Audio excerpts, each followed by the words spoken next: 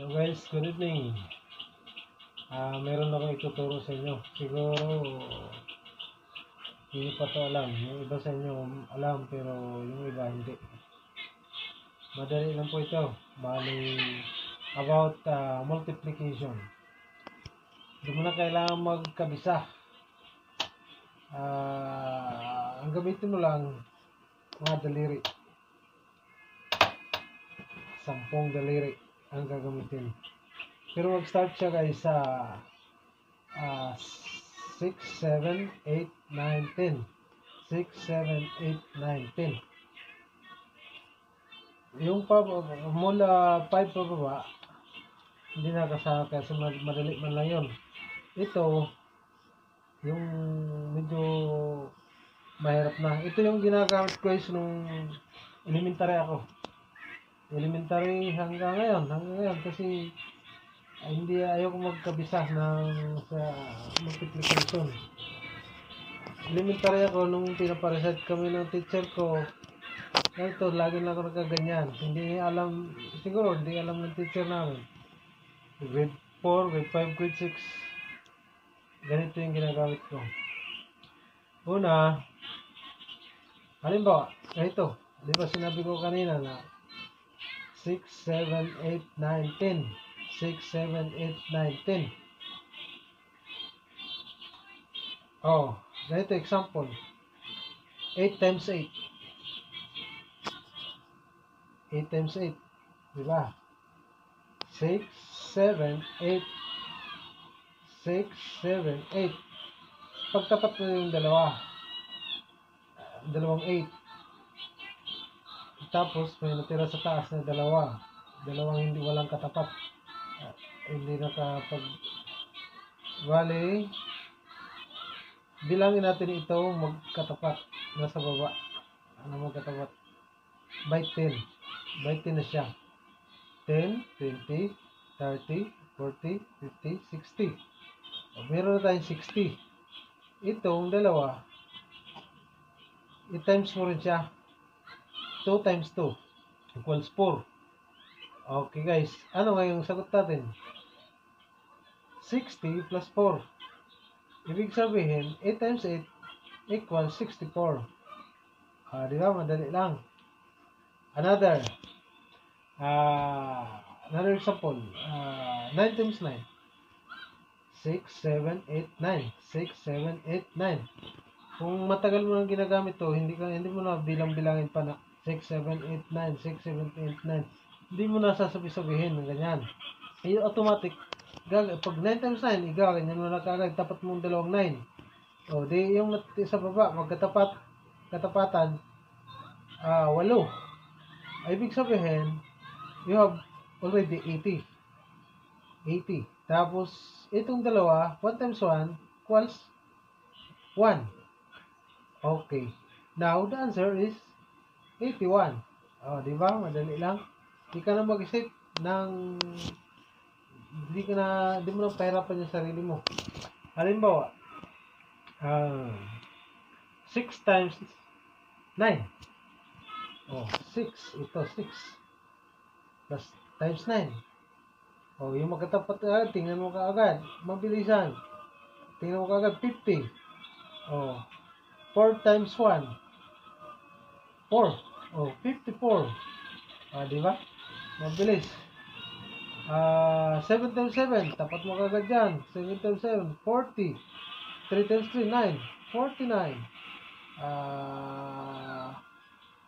8 times 6. 40. Sa baba, 40. 4 times 8. 48. Mabilis. 10 times 10. 10 times dito na sa pinakawakan. 100. Di ba? Huwag mo nang ang itong itinuro ko sa inyo, simula lang siya 6, 7, 8, 9, 10. 6, 7, 8, 9, 10. For your information, ito yung ginagamit ko simula nung elementary ako. Pero na-practice ko talaga masyado sa grade 4, grade 5, grade 6 kasi nung mga time na yon palaging nagpaparecite yung mga teacher namin.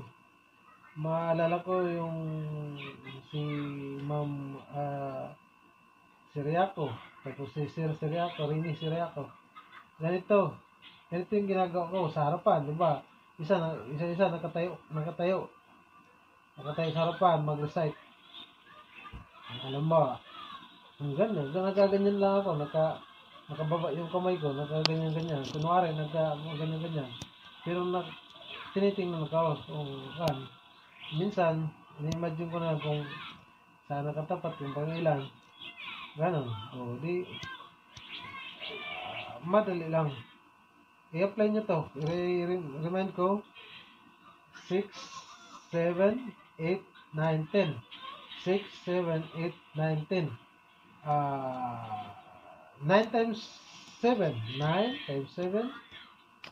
60. 3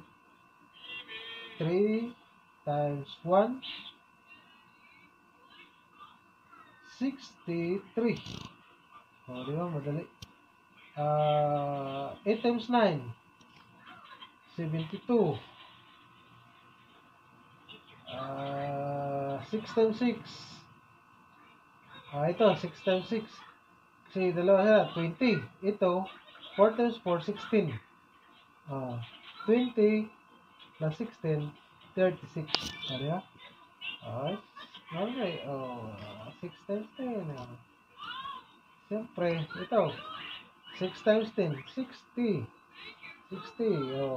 Ito, at meron nga natira dito ang 4, pero yung kaharap naman nyo, 0. Para sa mga baguhan, yung bago pa lang nag-aaral ng multiplication, ito na yun. Siyempre, number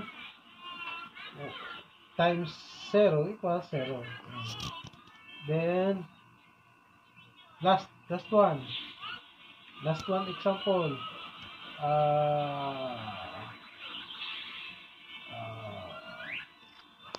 Parang tapos na to. 8 times 9. 72. 8 times 8. 64. 7 times 8. 56. 9 times 9. 81. Ganyan lang siya guys, madali. 63.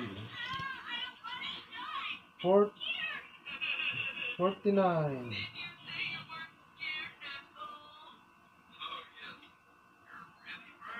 42. 4 times 3, 12. 42. 6 times 7 equals 42. 9 times 7. 63. Bye, nulit na natin. Okay, yan lang po. At sana makatulong yan. Lalo na doon sa mga elementary. Yung grade school students. Grade school pupils. Mas magandang kanto para sa inyo. Huwag na doon sa mga medyo magaling na, kahit huwag na kayo nito kasi hindi nyo na ito kailangan. Ito parang ginawa ko ng video na ito para lang din doon sa mga hindi pa nila alam. Nahihirapan pa sila magkabisa. Doon sa mga elementary pupil. Doon, yun sila ang nahihirapan. Yun lang. At sana makatulong ito sa lahat ng mga grade school student, grade school pupils. Maraming salamat at salamat sa panonood. Thank you.